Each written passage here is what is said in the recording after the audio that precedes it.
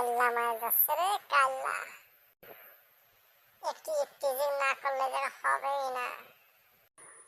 এসে আমার ভাব গতি বেশি ভালো মনে আসছে না, কিছু কলি শালা টাইট করে দেব।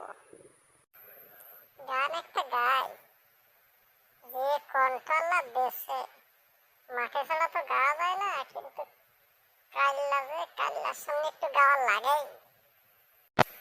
তোমাকে ছায়ার একটু কাছে, তোমাকে বলার কয়টা কথা আছে, আমি বলতে।